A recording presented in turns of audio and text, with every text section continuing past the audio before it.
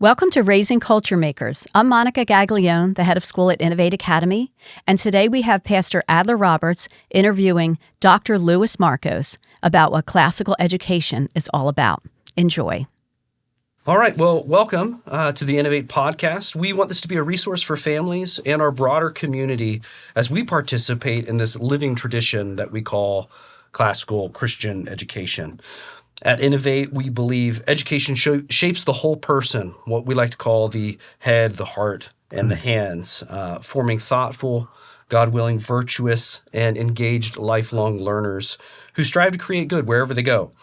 So as mentors, my name is Adler Roberts. I'm one of our mentors in our upper school, and as well as a community of parents and families, we know that we are along for the journey as well. We haven't arrived yet until God calls us to be with Him. And so we are pursuing virtue. We are pursuing the things that God has for us. And so we like to say, we are not yet what we already are. And so to that end, this podcast is designed to support families, parents, educators, and those exploring the classical education, whether here in our Innovate community or if it reaches you outside of that. And today, we're here with Dr. Louis Markos. We're so thankful that you're here with us.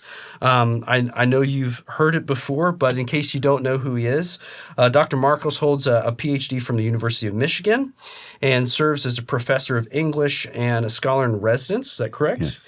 At Houston Christian University, where he also occupies the Robert H. Ray Chair in Humanities. And he's a widely sought-after speaker. We're so glad that he came with us. We just enjoyed lunch together, but gives lectures and has written over 30 books, but lectures all over the country on classical antiquity, the tradition, Lewis, Tolkien, and I think over 30 books authored, right? Busy. And including some of the names like Plato to Christ, from Aristotle to Christ, The Myth Made Fact, which is one of my personal favorites, and Passing the Torch, an apology for classical Christian education. And no, that does not mean sorry for it. That's right. So we're probably going to talk a little bit specifically about that book and just the classical tradition at large. And so, Dr. Markos, we're really glad you're here with us Well, thanks today. for having me on. Always love to talk about this topic. Yeah. So one of the things that you and I have talked about on our car ride and over lunch is the classical tradition is very much alive. It's growing. It's resurging in the United States. Innovate Academy finishing up its 8th year, we're a part of that journey. We're figuring out what it means to be a classical Christian school and what makes us unique. When you think about the classical tradition, was that something that you grew up in? Something. I grew up and came to know Christ in the Greek Orthodox Church. So I am 100% Greek. All 4 of my grandparents, born in Greece, came to America about 1930. So Greece is actually my background. So I grew up with mythology and the epics. I read the Odyssey as a very young boy. So I always loved the Greek, Roman, the classical world. I was an English and history double major when I was at Colgate in upstate New York. And I'm finding now, Adler, it's a good place to start, that you may wonder, it says in the Bible Jesus wept, but it never says Jesus laughed. Does God have a sense of humor? And I'm going to prove to you that God has a sense of humor. There was a book that came out about 25 years ago called How the Irish Saved Civilization by Thomas Cahill. How a lot of the classic books were saved by these monks living in the middle of nowhere. Well, God's doing it again. Right now, the pagan classics are being saved by the least likely people imaginable. Conservative homeschoolers. These are people that used to be Bible-only folks. And at the very moment that the so-called Ivy Leagues are throwing out the Greco-Roman classics, we are preserving them. We people who used to be Bible-only, and we still believe the Bible is the Word of God, but we're realizing that we can learn wisdom from the ancient Greek and Roman pagans. When I say pagan, I don't mean a frat boy from the University of Pennsylvania. I mean the pre-Christian Greek and Roman writers who, because of what's called general revelation, because God speaks to all people through creation, through our conscience, through our reason, our imagination, were able to touch on real truths.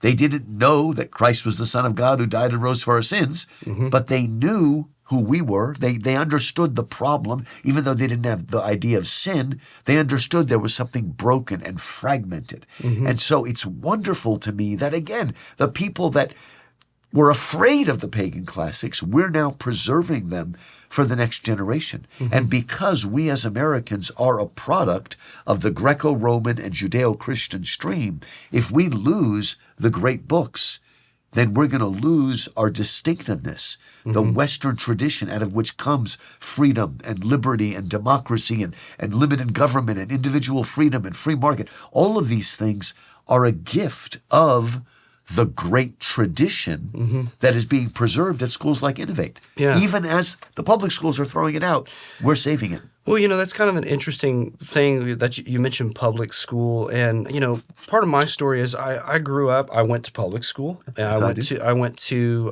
an art college for my undergrad. I love stories and this and that. But until being a part of Innovate, the class school tradition was totally unknown to me. But I think even in my lifetime, many families are saying, hey, in the last 20 or 30 years, public education is not doing what it should be doing. And we may not have a clear idea of how to get to a different place, but it's not working. And so there's this flood away from public education into charters, into private schools, and into classical schools.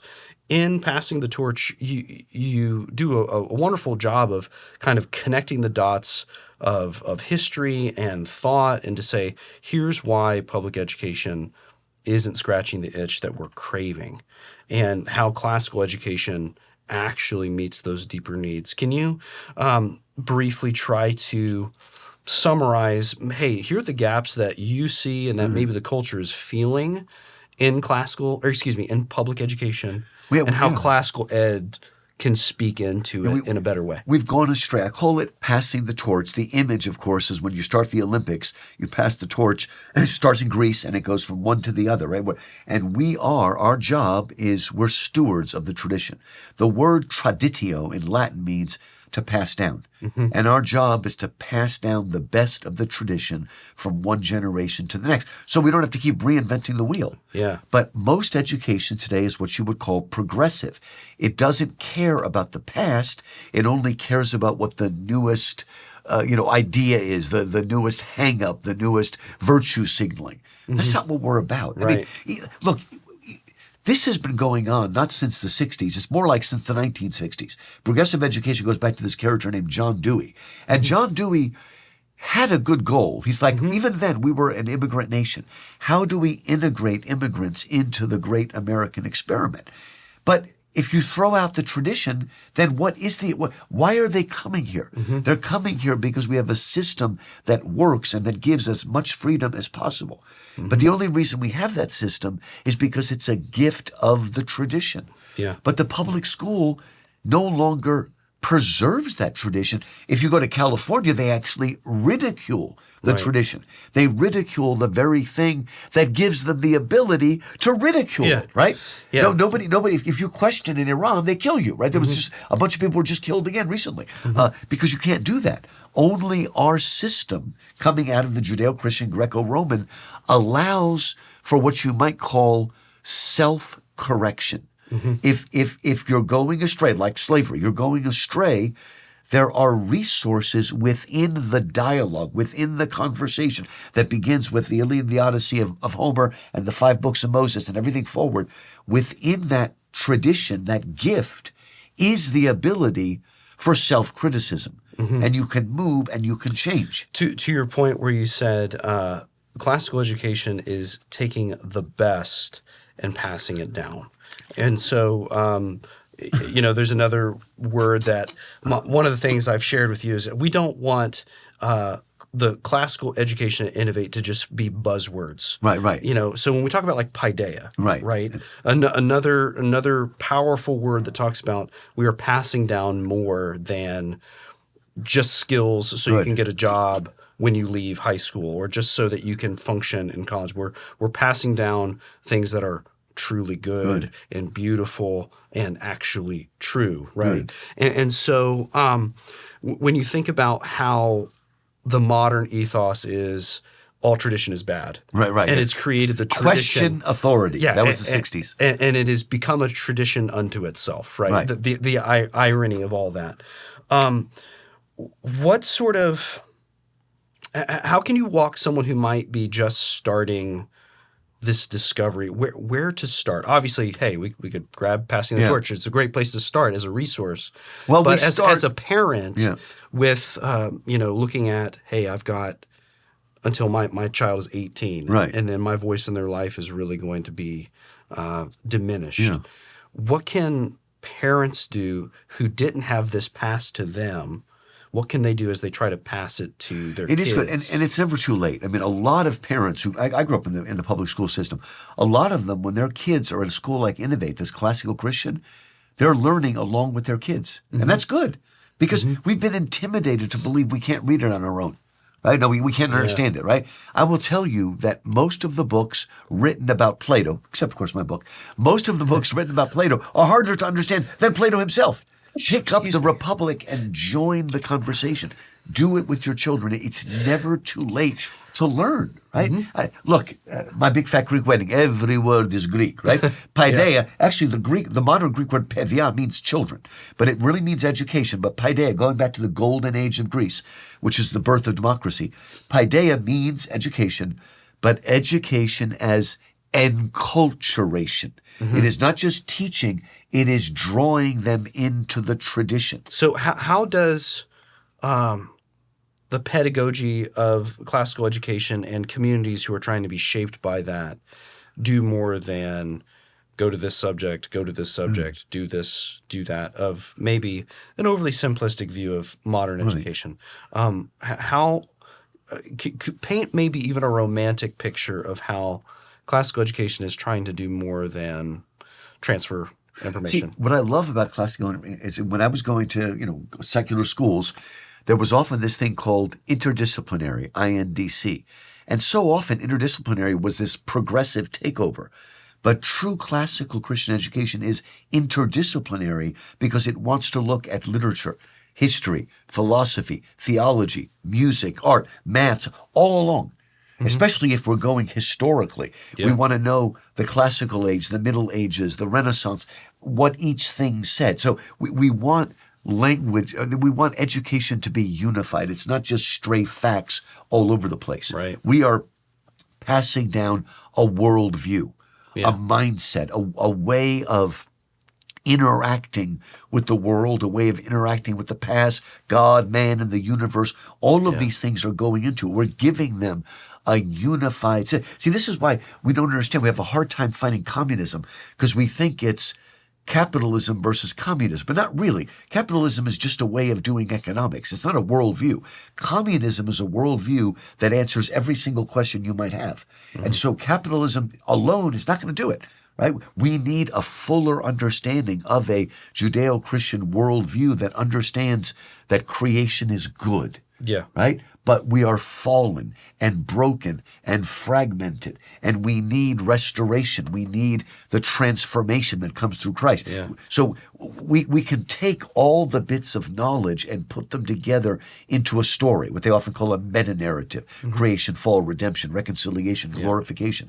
And we are offering them, again, not just stray facts, but we are, I guess the best way I can put it is, in classical education, we are inviting students into a dialogue. I mentioned earlier, it begins with Moses and Homer, but it's a dialogue that's been going on through the Greeks and Romans all the way down to today. And we want them to add their voice to that. We want them to see what's happened, who the people were that made a difference, that made difficult but good decisions. There's also people that made bad decisions. I mean, one of the greatest historians was Livy. He's Livy, the historian of ancient Rome, a contemporary of Virgil and Caesar Augustus. And he said that one of the reasons you study history is to give you role models of both virtue and vice. Role models. We need, and history is completely gone in the public schools. They don't learn any history at all. They learn social studies, which is a very different thing. They don't understand what was done in the past so that we could be who we are. So what we've lost is today, if they look at the past, they look at it to dismiss it as superstitious and unenlightened and dark and prejudicial. Instead of teaching us to have a feeling of gratitude for the past, of what they did so we could be where we are. Yeah. So you're passing that fullness down to your children. What the ancestors are not just your direct ancestors, but your ancestors that created this matrix out of which everything was born. And we created a matrix. Okay, the founding fathers may have been dead white male heterosexuals, okay? But they created a matrix into which people from all over the world can be invited into what we call the melting pot. They can be invited into they can bring some of their cultural distinctives to enliven us, but they still have to accept the basic values that allow for dialogue and democracy and freedom. There has to be that presupposition that that thing exists, right? Yeah.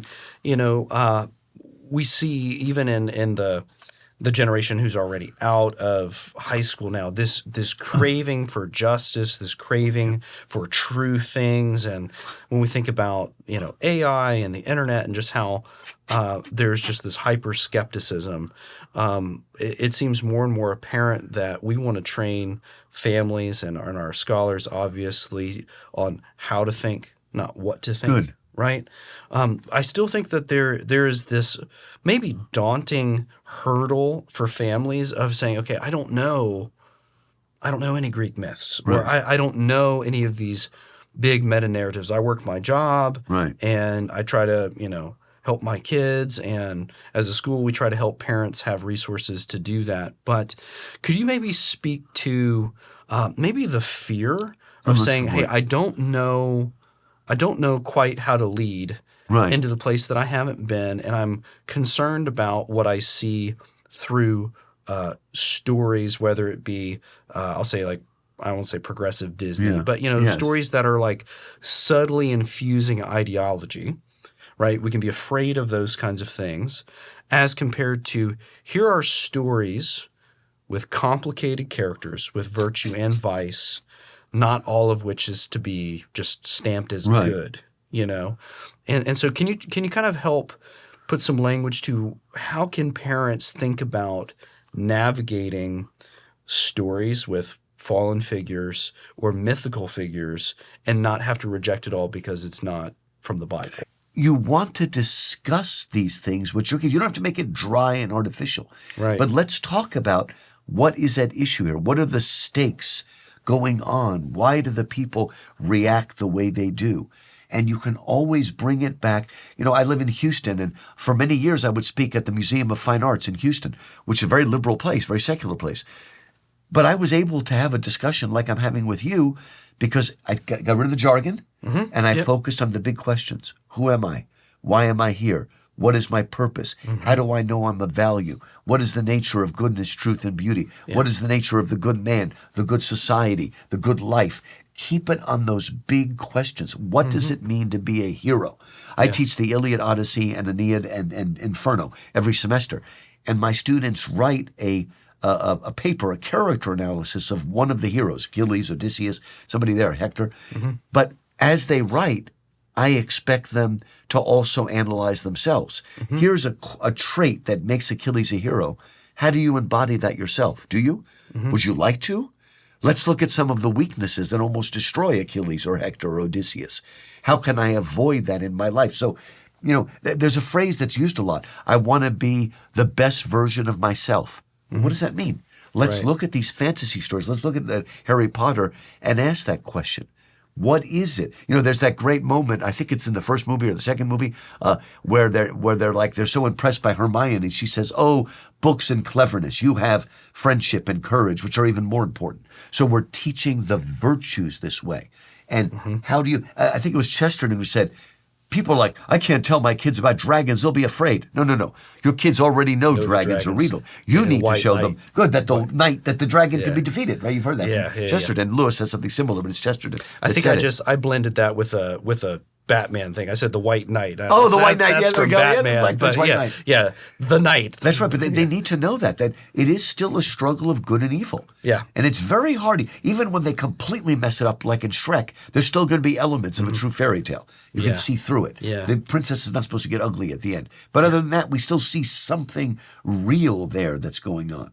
Yeah. It's very hard to completely mess up a myth because the myth is we call them archetypes. There's certain character types that appear again and that's why the original Star Wars movies are so great. Even though there's lots of flaws in those movies, but they deal all of those characters. We call them the character of the foundling, the poor orphan that is raised by poor people only to find out he's the prince and needs to save it. That's Luke Skywalker, right? It could be any of a number of people. We see them again and again and again.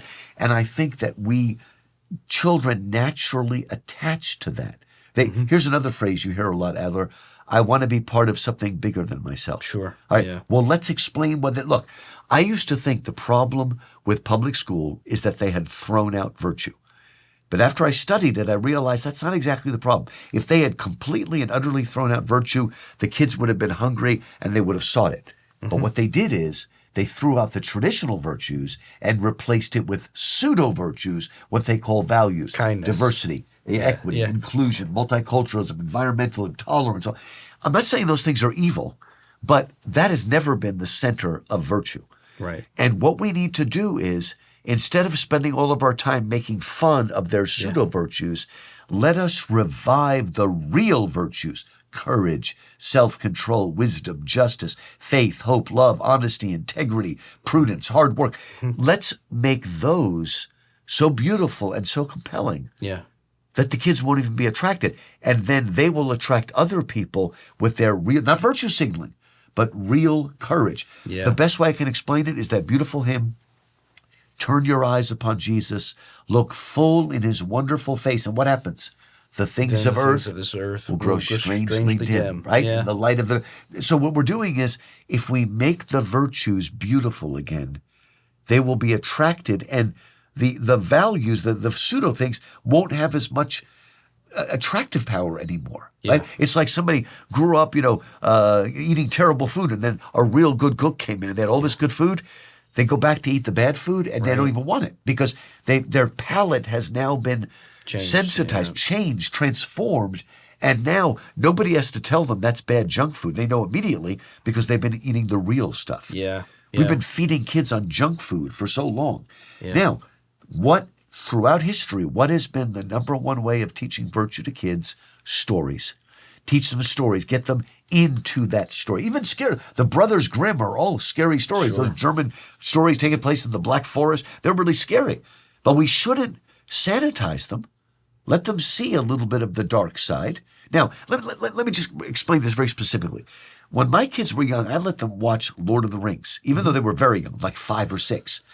Even though those were very violent, I didn't mind because it was good versus evil violence. There was a purpose to it. So I even let them watch Braveheart, rarely young, because even though it's bloody, it is for a real purpose of courage and freedom.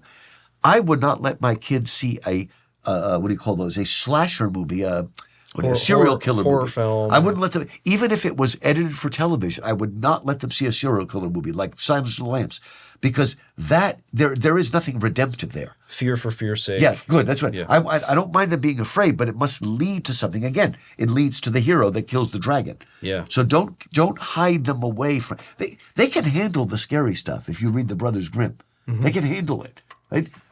Let them understand that there is darkness in the world, but there also is goodness and light. Yeah. But if we show them the real fairy tales, I raised my kids on the Blue Fairy book and the Red Fairy book. Yeah. Andrew Lang. We use the Blue Fairy book as a part of our curriculum. Oh, excellent. Yeah. And then there's a bunch of others, all different colors, but start with the blue and the red. Those are the best known stories. The best retellings with excellent, drawings and woodcuts and all of that sort of stuff. And again, they're often scary, witches and stuff like that, but they understand that the world is like that. Yeah. So then we start with fairy tales, we start with myths, and then we move to the Iliad, the Odyssey, the Aeneid. Yeah. They're still myths. They're more complicated. They're legends, they're myths, they're stories, but they're more complicated, and the children are growing up with them. Sure. and understanding what it means to be a hero, but also what it means to be a villain. So, I kind of want to pivot and take us away from the power of stories, which I love stories. We could talk all day about that. Also, little caveat, when we were talking about false virtue, I said kindness. Kindness is a fruit of the Spirit. I was thinking of nicety. Niceness. Yeah, niceness or tolerance. Yeah. Yes, yeah. But we think about not only just our head, but wanting to shape our affections, right? Or like Augustine would say, we want Order your ordered desires. loves. Yeah. Right, properly ordered love. And so we know that at some point we have to be compelled to do things. And, and a big piece of Innovate's vision is to create thoughtful, passionate, entrepreneurial leaders of culture. People go start stuff. That's unique, by the way. You're the only people that add entrepreneurial. Yeah, which is cool. I think it's one of the things that Innovate really stands out because you can think well, you can love stories, and then you may still choose a traditional college and whatever. But we really want our scholars and our families to be looking for the ways that God is on the move to start something new. Good. Which not every person's going to go and start something huge that's new, but we can all find the thing, unique to that. So my question is, or where I would like us to go, when we think about Aristotle saying we need to be habituated, right? Into virtue, whether it be courage or something else. How do you see schools that you visit, universities, taking stories and saying, all right, now how do you engage in the doing of the thing, working out virtue in the same way we might work out our faith with fear and trembling? I'll start by saying that unlike a lot of Christians, I'm very optimistic. And the reason I'm optimistic is because I've spoken at schools like Innovate all over the country. And wherever I go, it's the same spirit of wonder, of joy, of gratitude. We are instilling, we're not just teaching, we're instilling certain virtues into young people that they not only want to study the virtue, they want to live it out. They want to actually be a hero. Right? Yeah. They want to make a difference. They want to change things. Yeah. But they are starting to see the beauty of something like honesty and integrity. Everything changed in our country when this book was published, How to Win Friends and Influence People. That was actually a bad thing because before that, quote, self-help books were about honesty, integrity, virtue, hard work, frugality, all of that. Yeah. And then all of a sudden that book came along, Dale Carnegie. I'm not saying it's an evil book, but it changed the narrative. And now it's how do you get ahead, win friends, influence people. That's not what we want them to learn. We want them to learn to be good people, virtuous people. Right. And I tell my students, if you don't curse, eventually people will notice and respect you. They won't tell you. Right. But sooner or later, now I told them, if every time they curse, you look down their nose at them and scorn them, then nobody's going to like you. But if you hold yourself to that standard, people will notice and they will respect you. They will see that it's coming from you. You're not just putting it on to win friends and influence people, but it is a overflow of your character. Yeah. Goodness, truth, and beauty in all areas. And we just have to make that attractive. And one of the things that's great about schools like Innovate, this doesn't often happen in regular public schools, is there is more traffic between the kids and the high schoolers. These high schoolers have to be role models for the young people. Yeah. They need to see that and live up to it. Everybody gets so mad at public schools for passing along bad students. But you know what? They have to do that because if you have a really bad kid and you hold him back for 3 years, he is now 3 years older than everybody else, and every boy is going to look up to this loser. So I have a little sympathy for the public schools, okay? Sure. You can't just keep this loser because he's going to corrupt every single kid because kids, boys especially, look up to boys that are 3 years older. So, but if you can do the reverse of what they do in classical schools, where the little bit older high schooler, even 8th grader, becomes a role model for the young people. Sometimes they'll even come into the room and read out loud some of the poetry. That's great if they see that because we're now cultivating a culture of young heroes and heroines. Yeah. And that's wonderful. And by the way, today, I wouldn't have even bothered with this 20 years ago. One of the most important things that classical schools now are doing are creating ladies and gentlemen. And guess what? They're not exactly the same person. right? So we are cultivating the femininity and the masculinity. All of this, wonderful. We're creating characters out of a Jane Austen novel. Isn't it wonderful? Yeah. That sort of stuff. But all of that is important because I'm sure you know, William Wilberforce was the one who got the abolition of the slave trade. But a lot of people don't know that Wilberforce in England, he had two goals. One, the abolition of the slave trade, which happened just before he died. Number two, to restore the morals of England, to bring back. And that's partly why the Victorian age, people make fun of the Victorians, and some of them were Pharisees, but not all of them. There was a lot of growth in public morality, the growth of what we call family values with the tight family, emphasizing chastity, emphasizing honesty, all of that sort of stuff. He didn't fully succeed in that, but he felt that was just as important, is to change the overall tone of society so you're creating people who actually have a love of virtue and want to serve and want to help. Yeah. That's beautiful. Yeah. And that's possible. When I've been doing these gigs for 20 years, ever since my book From Achilles to Christ came out. And whenever I could, I brought my kids with me. And they, over the years, I never told them to be classical teachers.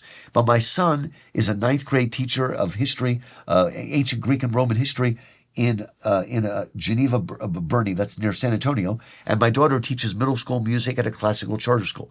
Both of them chose classical schools because they saw the wonder, the camaraderie, the joy, how much less burnout there is in classical teachers than there is in public school teachers. And they saw it was a beautiful thing and they wanted to be part of it. And right now, a lot of the teachers in schools like Innovate were themselves classically trained. We're in the second generation of this now. Yeah. And it's a wonderful thing because they're bringing that joy with them. They're being salt and light, to use the biblical phrase, making things more beautiful and more good and more true. But again, it's not just taught, it is instilled in them. Just like you go to any classical school, do you have a painting? Do you have the School of Athens hanging on the wall somewhere? We don't. Oh, well, I'm going to have to take away your status because you need one. Okay. Because one of the things it's probably on our website. Okay, one of the things is putting up beautiful art. We do have beautiful art. There, so people see it. They need to see that. They need to hear beautiful music. Yeah. Have a choir, learn how to do harmony and things like that. Yeah. All of that changes the tenor and the mood and the ambiance of the school, and that affects the student as much as what they're memorizing. Yeah. All of that goes together. So I kind of want to take us to land the plane here thinking about culture of school and families and that sort of thing. If you could give one suggestion, either based on the inspiration that you still see in your kids. Now, obviously, they're teachers. They loved what they experienced and saw from Dad. But what is one practical thing you could encourage families to do to say, we're going to make space, we're going to have these rhythms within our family to create space that's continuing on the work that we're trying to do here at school? First of all, please eat dinner together. This is becoming an epidemic in our country where even Christian families, everybody's eating at a different time. Look, you don't have to be, what's that word? You don't have to be a soccer mom. You tell your kids, choose one thing, soccer, whatever, ballet, whatever it is, and that's it. They don't have to be in 3 activities. You are never together. Whenever my church decided to start something at 6 or 6:30, I'm like, well, I'm going to be there at 7 because I'm not going through the line at McDonald's. We're eating together. We need to be emphasizing families. Now, you can have time together at the breakfast table, but a lot of times the kids are dead tired. You should be having dinner. You should be spending at least an hour. Put some classical music on in the background while you're eating. If you put pop music, they're going to listen to the words. It's kind of hard. But if you put, music without lyrics, let them hear beautiful. It could be Celtic music. That I did with my kids. But let there be beautiful music. And at dinner, talk about what the kids learned. Let them, if they're K to 5, let them recite what they learned. Kids are not going to, the kids love to do that, right? Because when they're that young, they love to recite things. They have a big smile on their face. Discuss you don't have to grill them, sure, but talk about the issues. Talk about, let them retell for you. It's called narration. Yeah. Let them retell for you the story they learned today. Yeah. And do it as a fun thing, not as a, I'm grading you. Sure. But you need to eat together, shut the TV off if that's on, and spend time eating together as much as you can. I mean, you can be a European and do it at lunch, but that's a little harder to do in an American schedule. Siestas or siesta. Yeah, that's where you have a right? siesta. That would go back. That would be better, right? Yeah. But you need, that's the best, and also at bedtime. Bedtime, obviously you pray. But with my kids, one week I'm reading Bible stories, the other week I'm reading the Red Fairy book or the Blue Fairy book. Yeah. But read to the kids. And you know what? Even when they're 8 or 10 years old and can read themselves, read to the kids and discuss. Now, you might even do what they used to do in the old Victorian homes.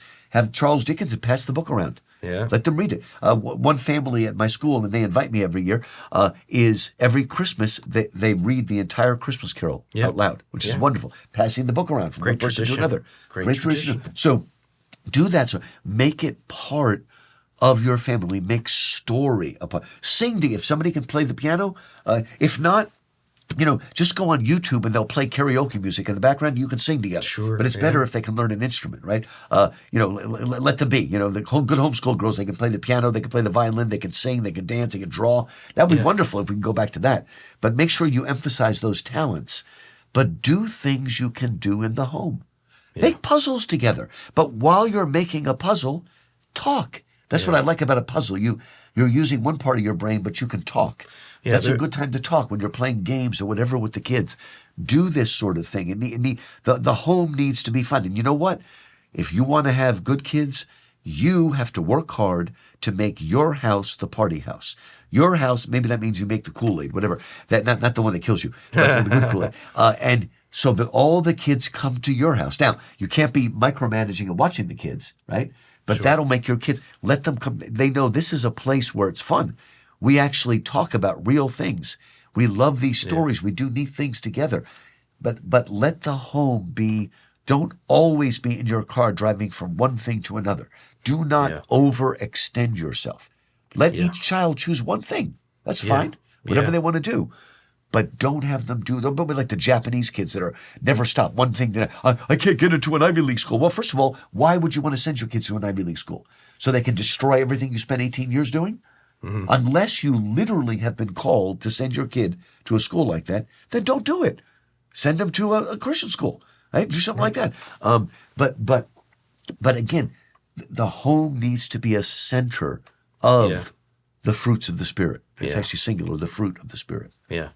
I appreciate that. Although that was more than one practical tip. There were lots of practical tips, but I think one of the things that our leadership at Innovate, every teacher, we call them mentors because, we're on this journey as well, is we're trying to, within the time that we have our students, our scholars, make that environment as close to a family as it can be while not replacing it. Right? Like we cannot replace what can only be done in the home, while at the same time we ask what can we uniquely do only when all the scholars are together. And so you mentioned Dewey earlier, and I remember reading Child in the Curriculum. Oh, yeah. And, my heart was kind of like, I understand this dilemma of trying to, reach this goal, and this is where this is and this and that. And also as an educator, feeling like there's all this stuff that we want to do. Right. And sometimes the pace of the class needing to slow down so that I've gotten to a point where I'm now, as a college professor, emphasize quality over quantity. They just can't absorb. They don't read. The whole country doesn't read anymore. So sometimes I'm like, okay, let's do quality. Yeah. And what I do is I always zero in on specific passages. So even if they didn't do their homework, we can discuss it. I don't want the class to die. We need to push them. But we need to, again, quality, focus in on the essential questions. You as the teacher, find out what is the most essential part of the Odyssey and focus on that.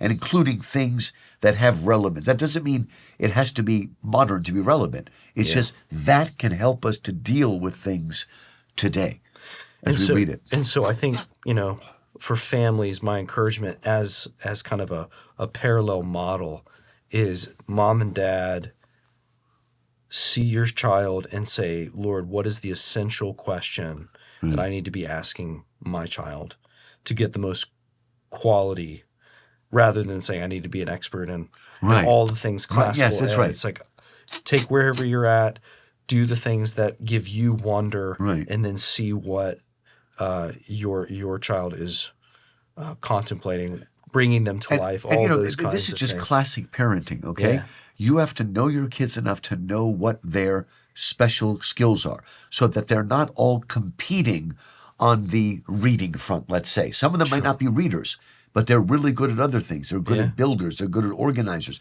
You've got to be able to, instead of setting them in competition with each other, try to emphasize what they do best and let them do it. Maybe let them do it at dinner. Each of them does something like that so that they can take pride, because we each have different gifts. That's what the Bible says, right? There's lots of mercy is a gift. Hospitality is a gift. Administration is a gift. There's lots of gifts.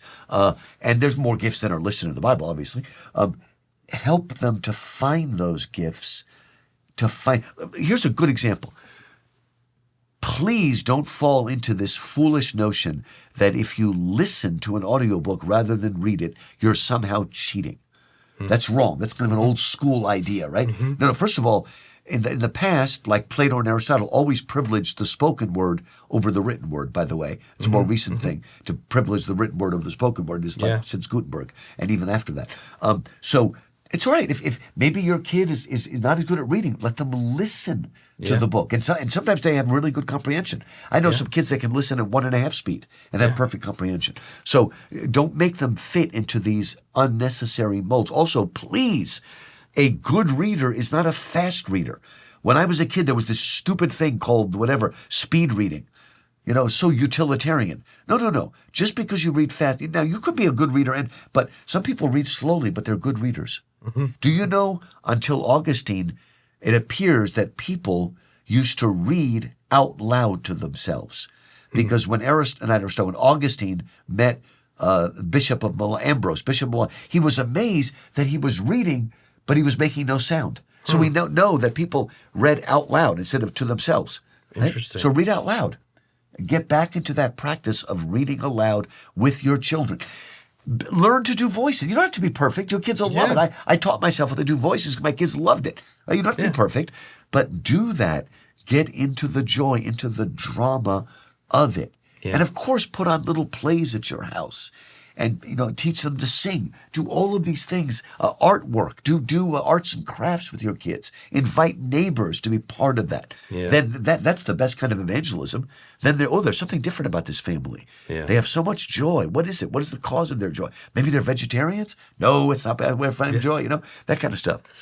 It reminds me, I've loved becoming a dad. My oldest is 3.5 and have a 1.5-year-old, and still feel very early on the journey, but having children has been such a great invitation to become more childlike again. Yes. And you see it through their eyes afresh. Yeah. And so I think my hope for any adult who's interested in anything within the classical tradition, there's so many ideas and stories and beautiful things, but to return to the delight of God's creation and the stories that He's written, and the most amazing story that He is continuing to write until His return.